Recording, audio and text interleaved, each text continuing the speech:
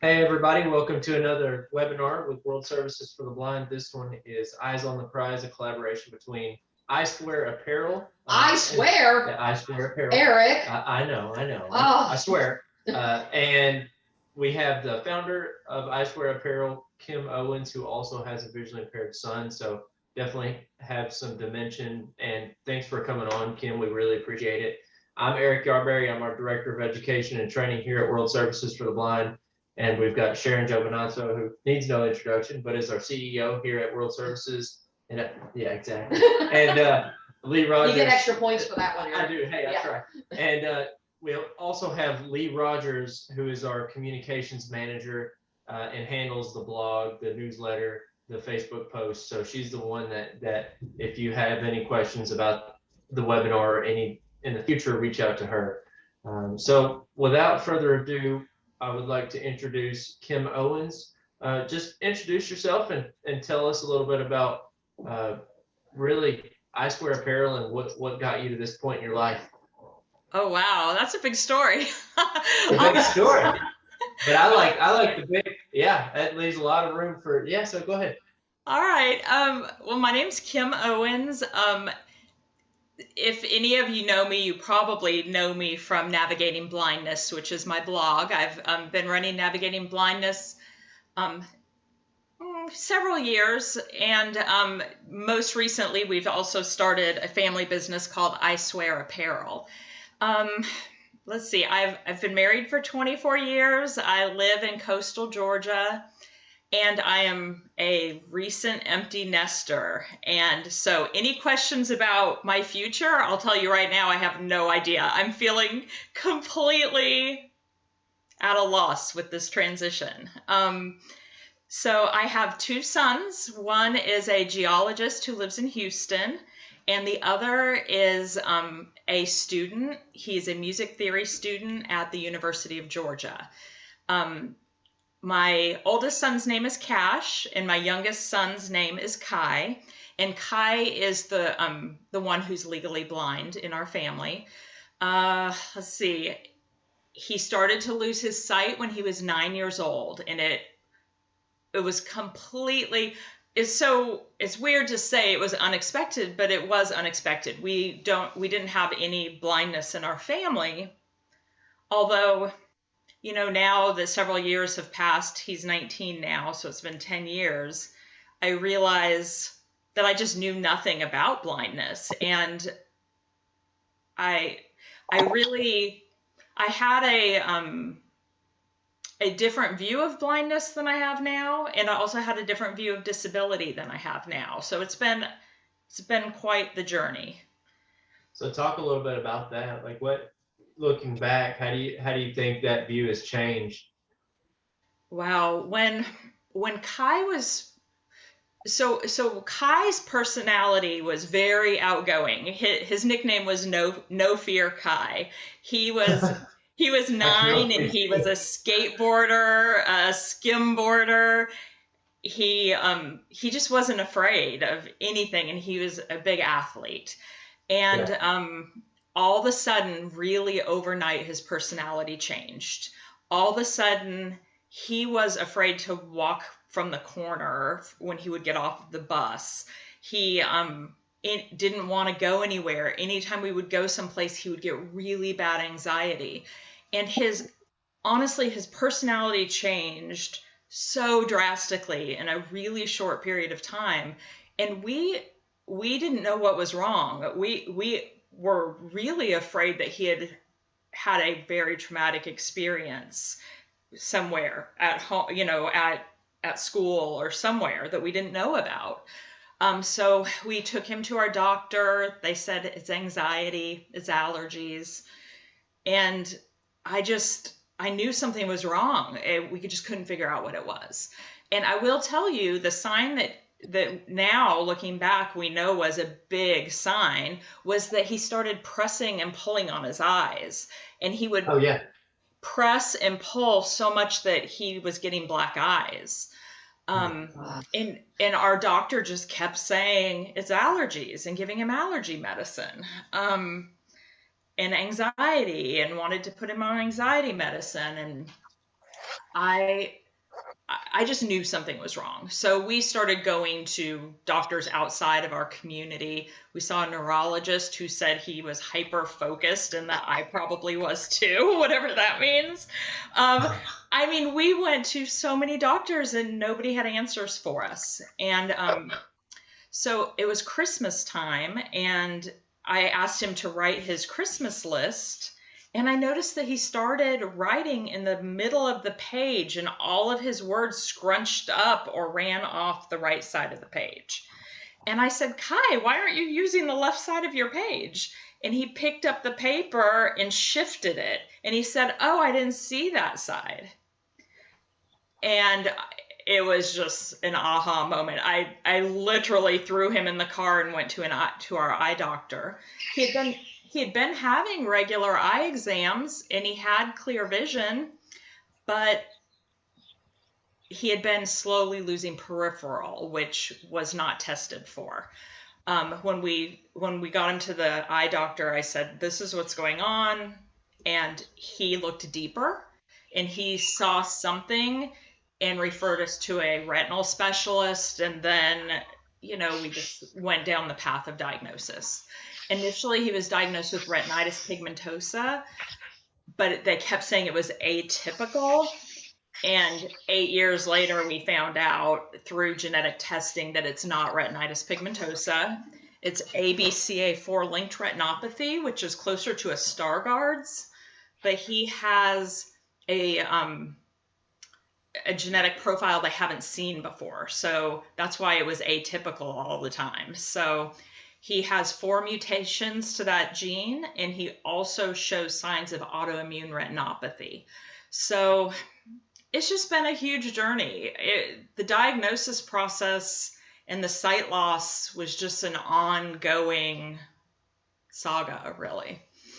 So at that point, what was once you figured all of this out, and I'm sure you still haven't, but talking to the doctor, what was your next step? Did you immediately know where to go? How did you start navigating the education process? And I mean, with him, there had to be some grieving involved. Yeah, it was interesting for him. The moment the doctor said, you can't see, like you're losing your peripheral, and once the doctor explained to him, Kai's anxiety completely melted away. And he was back to being no fear Kai. It's like he just didn't know what was wrong and he didn't have words for it.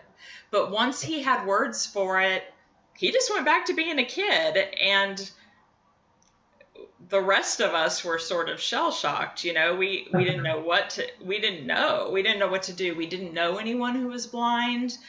Our school system said they had never had a child with that level of sight loss before, so they didn't really know what to do. Right. We visited the Georgia School for the Blind, and they were lovely people, but there was no way that Kai had just sort of come through his anxiety. I wasn't going to ship him off someplace where he had to live because it's several hours from our home. So that we ruled that out early on. And so basically we just embarked on a 7-year fight with our school district. I mean, there's just no other way to say it. We insisted that he stay mainstream and that he have a strong IEP and that they bring on the resources to fulfill the IEP. And that was really difficult. And we had good times and bad times, but it was really, truly a fight. It was a fight. So did you just start digging into, being a parent of a blind child? Because you didn't just obviously know IEPs overnight. And No, right. Right. And I was the first blind in my family as well. So my dad went through the same thing. But how did you find out that information? Well, I tried to look for resources nearby, and there just didn't seem to be any. I reached out to people online. Facebook was great. I met a whole group of parents of children who are blind, and they helped a lot with what does Kai need? What should be in his IEP? so other parents were huge. And then we also just started meeting people who were blind. I was just determined that Kai would have role models and mentors, and that he would never feel like he was the only one who was blind, because we literally didn't know anyone who was blind. We ended up meeting one person here locally, an older man who has been wonderful. And over the years, we've met other children about Kai's age through different camps and things that he's attended. But I would say my first step was meeting parents of kids who are blind. They really helped me out. They would send me copies of their kids' IEP. They would explain to me, what is a TBI? Why does my kid need to know Braille? What is assistive technology? I mean, they just all stepped into the gap. And honestly, that's why I'm here today. Like, I'm an empty nester now, and I just feel really compelled to help other parents navigate this process. Because Kai wasn't the first blind kid in Georgia, I can tell you that, and he's not going to be the last, but the educators nearby sure want us to feel that way all the time. So just having a strong community to lean on was really important. So if you had two tips to give to a parent who is going through what you went through, what would those two things be? There's so many things, but I would say that when I get contacted by families now, the main two things that I tell them is to prepare in advance. If your child has a degenerative or progressive condition, don't let the school get away with just enlarging print. If this is something that, if their sight is going to continue to decline, then assistive technology and Braille from the get-go needs to happen. Our kids, we need to pack their toolboxes with all of the skills necessary, and then allow our children to choose when to use the skills. We never force Kai to use a cane, to use assistive technology, but he does all of that, and he learned Braille. We insisted that he learn, but then we allowed him to choose when it was appropriate to use the skills. So that would be number one. Number two is more of an emotional thing. I feel like acceptance for the parents is just crucial. So many times a parent will call and say, my kid will not use his cane, or my kid refuses to learn Braille. And the more I talk to the parent, I find out that the parent's not really ready for their child to do those things. Like, our kids learn from us, and they pick up on our feelings. And, if they can tell we're not 100% supporting an idea, they're not going to want to do it. So I would say mentors. Parents need to know adults who are blind, who are living a life that they would like their child to live. Parents need to do the really hard work of acceptance, whether that's counseling or, joining support groups, or just getting out and, going to conventions and places where they can meet blind adults. So, kind of moving back to Kai for a second, how old is he now? And I'm sure he's going to love the fact that we're talking about him, but what's he up to? Well, he's 19, and I always get his permission before I post anything or talk about him. So he knew we were having this conversation today. He's actually in the middle of finals. He got accepted to his brother's alma mater. He's going to University of Georgia. It's about 3.5 hours from our home. So he moved there in July, and he's been living there and loving it. He's studying music theory is his major, but he's a percussionist. He's a drum set player. So he's also doing jazz drum set.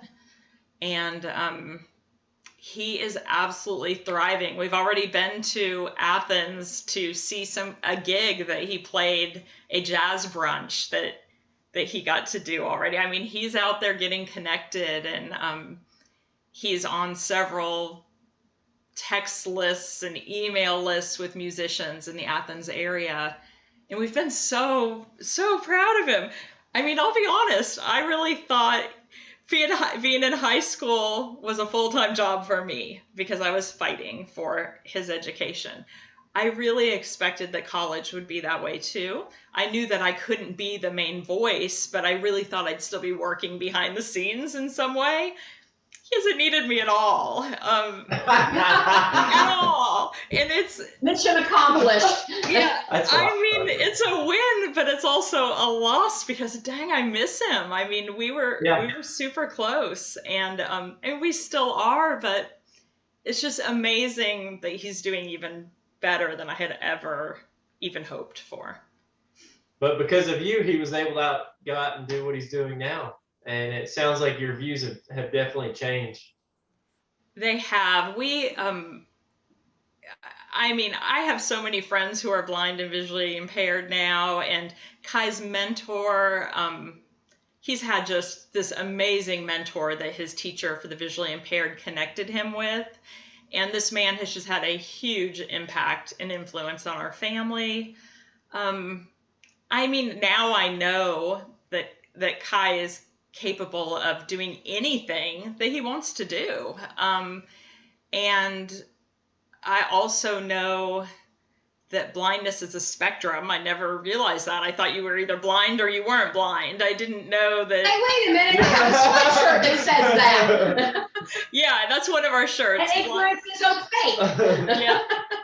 Yes. So, I mean, we've learned so much. And I will also say that I'm disabled. Sharon and I have talked about this. I have multiple autoimmune diseases. I was a massage therapist and owned my own spa.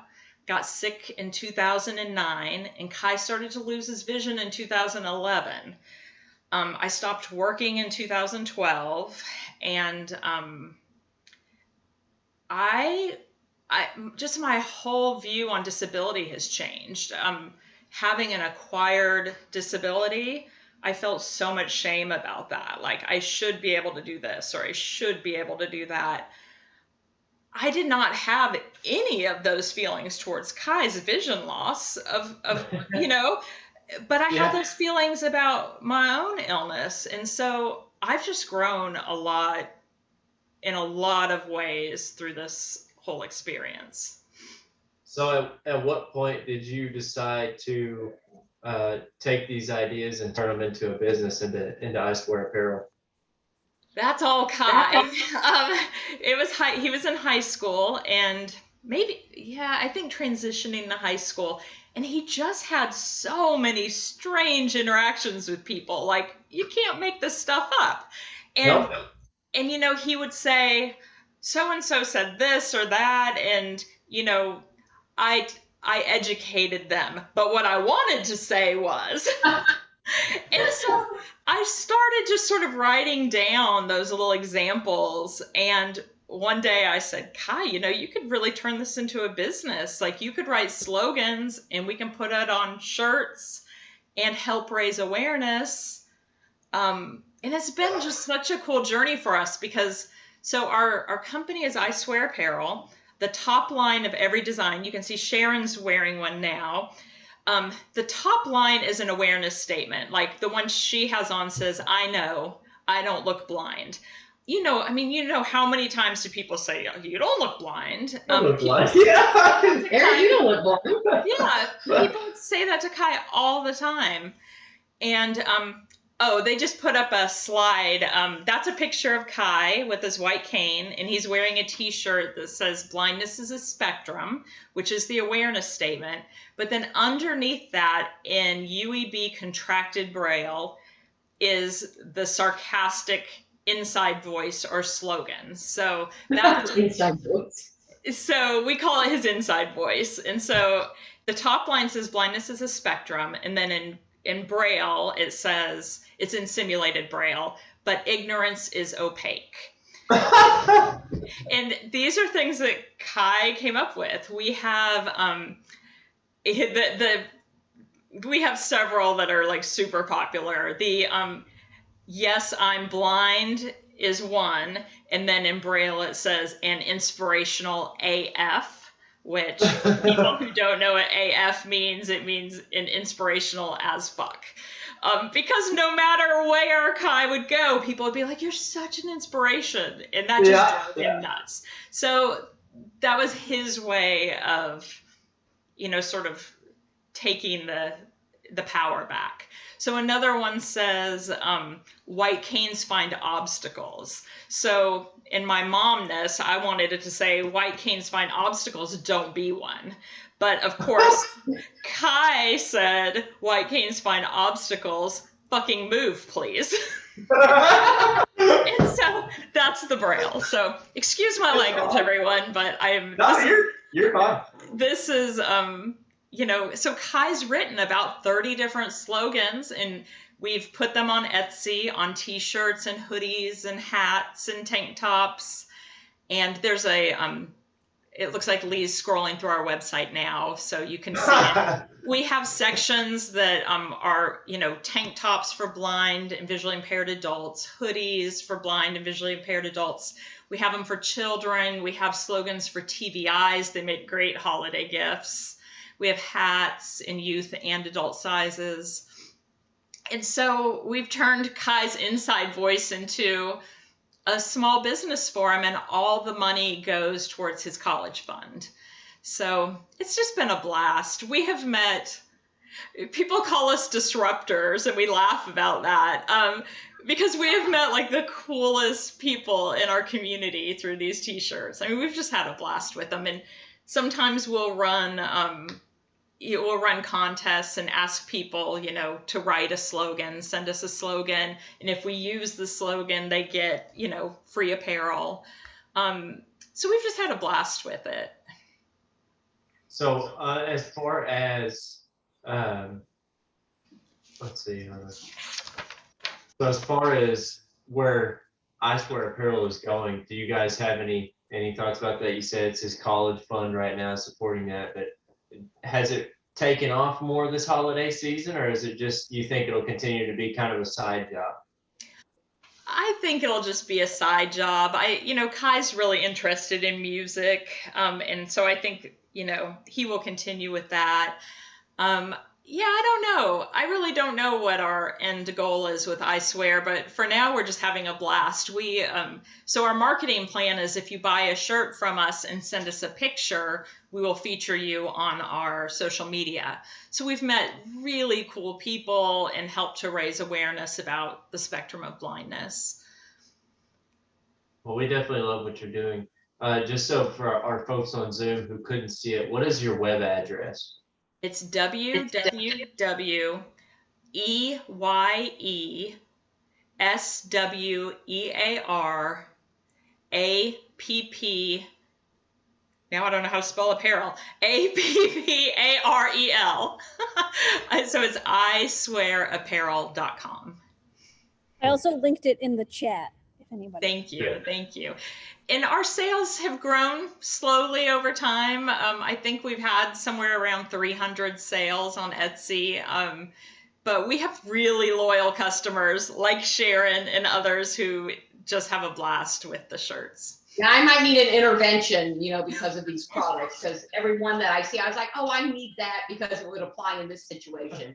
And the beauty of it is the simulated Braille underneath. It depends on how your conversation's going. You can make it say anything that you want. It can repeat the upper line, or you can actually say whatever it says. Yes. And that was really important to us because we wanted,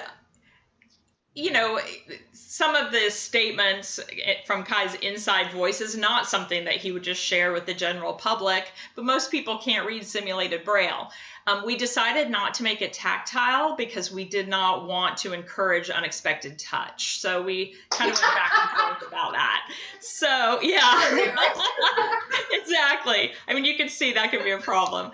And so So it's not tactile, and it is in contracted UEB Braille, which is what most people who use Braille read. And there's not many products available that use contracted Braille, which surprised us. And I became a Braille transcriber in the process. I went through the entire course, and I'm now a certified Braille transcriber through the Library of Congress. Congratulations. Thank Awesome. you. And that is Kim, probably... how do people sign up for your blog? Okay, it's at navigatingblindness.com. So the place we're most active is on Instagram. Instagram's my happy place. So most of our posts start there. And then if there's more information, you find it over on our blog, which is navigatingblindness.com. But you can find us on Instagram, on the web, and on Facebook at navigatingblindness.com. So here at World Services for the Blind, and we'll get to questions in a moment, but at World Services, we really like to highlight stories like these, and we really like to support our youth, especially in transition. We do have some summer programs we want to share with you guys. We've got our transitional age youth, our PASS program, prep and supportive services, our college prep, which places individuals in a college classroom, provides them the support and lets them navigate that with a safety net here at World Services that's online and on campus. And then we also have our vocational prep program. Both are 6 weeks, starting from the last week of June, going through the first week of August. So if you guys have any questions about that, be sure to check out our website, wsblind.org, programs and services, and you'll see Transition Age Youth on that page. If you have any questions about EyeSwear Apparel or our transition programs at WSB, just send us an email at training@wsblind.org, and we'll be sure to get back to you guys. So at this point, I want to open it up for questions. What do we have in the chat so far? And Kim, feel free to read those as you see them, and we can get to them. All right, let's see. I'm not looking at it. Here we go. We don't have any questions in the chat yet, but if anybody has any, you can just unmute yourself. Yep.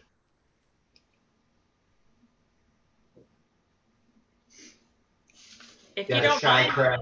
I'll read a few more of our slogans while we're waiting. The Let's one do it. that's really popular is "I can't see you" is what the awareness statement says. But then in simulated Braille, it says, "I can hear you, dumbass."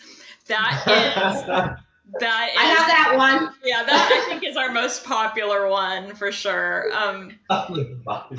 You're gonna buy that. We'll get you one for Christmas. How's that? Love it.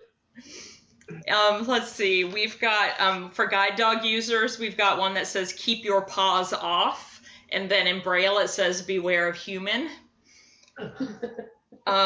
For Valentine's Day, we did "My love is blind," and in Braille it says "no superficial BS." Oh, nice. I love that. Let's see. Oh, and this one, I don't know how I missed this one. "I can't count your fingers." And in Braille it says, "but I've got one for you." And I can't tell you. That one.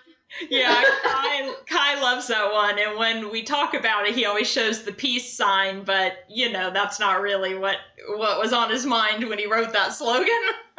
Oh yeah, I'm sure. So we are giving some away, and we'll be drawing names. I'm going to open these up. That way you can read the, yeah. I just see that Becky wrote that she just ordered the paws off one. Thank you, Becky. And, There you go. And So I know here's the- This is Becky. a perfect opportunity to open or to order your Christmas presents. Here's our first giveaway. And can you read that one, Kim? Yes, it says, "I know I don't look blind" is the awareness statement. And in Braille it says, "but you probably look confused." So that's the first one we're giving away. And then the second one. And the second one is, you know, one of our longest selling slogans. It says, "Yes, I'm blind." And then in Braille it says, "and inspirational AF." Which means what? For those who don't know the acronym. It means as fuck. And I wanted to mention that I know Becky just online. She has autoimmune retinopathy, which is something that Kai has been diagnosed with. And Becky she has so much awesome information online. So I'm happy to see her here, and definitely check out Becky's information. Maybe you could put your blog up there, Becky. Yeah, I was gonna say, Becky, what is that blog site so we can promote that while you're on here? She's taught me a lot. Are you there, Becky? Can you unmute? Yeah, I'm here. My Instagram one, which probably has the most updated stuff, is Vision Without Sight. I do a lot on autoimmune eye diseases, since, as at least Kim and I have talked before, there's not a lot on there. There's a lot more on the genetic ones. Yeah. And then I have a blog that's kind of off of another website, but it's lotuslasvegas.com. But the link is through Vision Without Sight. But Kim and I have connected quite a bit over there. Thank you for joining us today. We really appreciate you joining. What I saw was EyeSwear and Kim. I had to make it. Oh, thank you, Becky. Becky is super, just brilliant. She really understands everything research oriented, and my brain just does not work that way. So I go to Becky with questions all the time about autoimmune retinopathy. So she's a really good resource for people. You know, I remember when you received that diagnosis a couple of years ago, and I remember that you had just adjusted, and, everything was all in good in the world, and, you knew exactly what to do and was prepared for everything. And then it just totally turned your world upside down, didn't it? It really did. And I'll be honest, that was one of the hardest parts since the beginning diagnosis. And the reason it was so hard is because, well, there were two reasons. Number one is autoimmune retinopathy, if caught early, can be treated. And Kai really has no functional sight left. So right away, we were thinking, wow, if we had caught this early, maybe he would still have some sight. The second part was very difficult because there's three parts, but he has a little bit of sight in his left periphery that he can still use. And so the doctor really wanted him to save that by doing some very difficult treatments, like shots in the eye, shots behind the eye, and systemic autoimmune treatments. And, Kai was getting ready to go to college. He couldn't imagine having to go through treatments to save this one little spot of sight that he had. And we didn't even know if the treatments would work. He decided not to do it, and I really wanted him to try. And it really was a hard time for us. He ultimately decided to do 2 rounds of the shots just to see if it would help, and it was super traumatic for him. It was super traumatic for us. We decided as a family, definitely not worth it. But I think the part that was the hardest was that the doctor we were seeing is extremely well known. I will not use his name. He's at a big university hospital. And he said the worst things about people who are blind.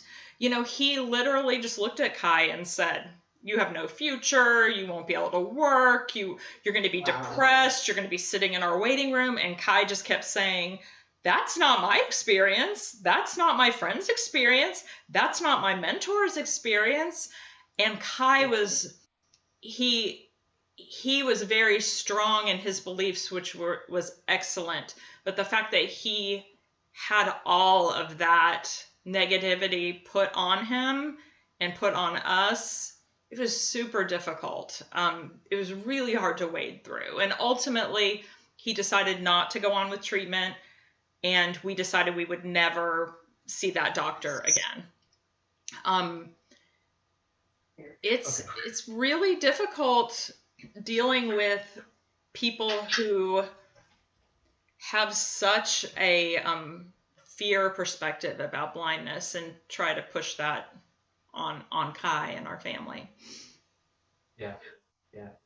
Well, we really appreciate you taking the time out of your day and your week to share this story about him and you and what your family went through, and really sharing this with our audience.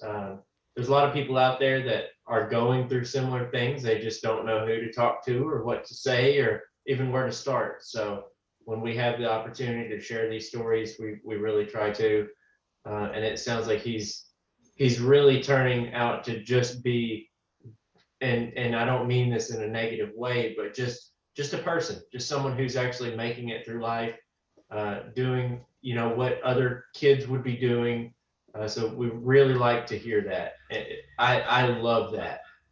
Yeah, he's just really a normal kid. He's just a kid. Yeah. He's a typical kid. He likes sports. He likes music. He likes hanging out with his friends. He's doing great in school, which makes me so happy that we fought the fights, the big battles, and that we kept him in mainstream education, because Right. he learned to advocate for himself, and he's his best advocate, and it's so great to see. So if anyone has any questions for you, what's the best way you would prefer them reach out? Really, any way is fine. I have a contact form on my website on navigating blindness, or through any of the social media channels. That's fine too. Like sending me a message through there would be fine. So either through Navigating Blindness or through EyeSwear Apparel. Okay, cool. Well, again, we really thank you. And are there any other questions in the chat? There is not. Okay. All right. Well, again, Can I ask a question of people who are in the chat? Are people who are here, would they mind saying if they themselves are visually impaired, or if they have a child or they have a child who's visually impaired?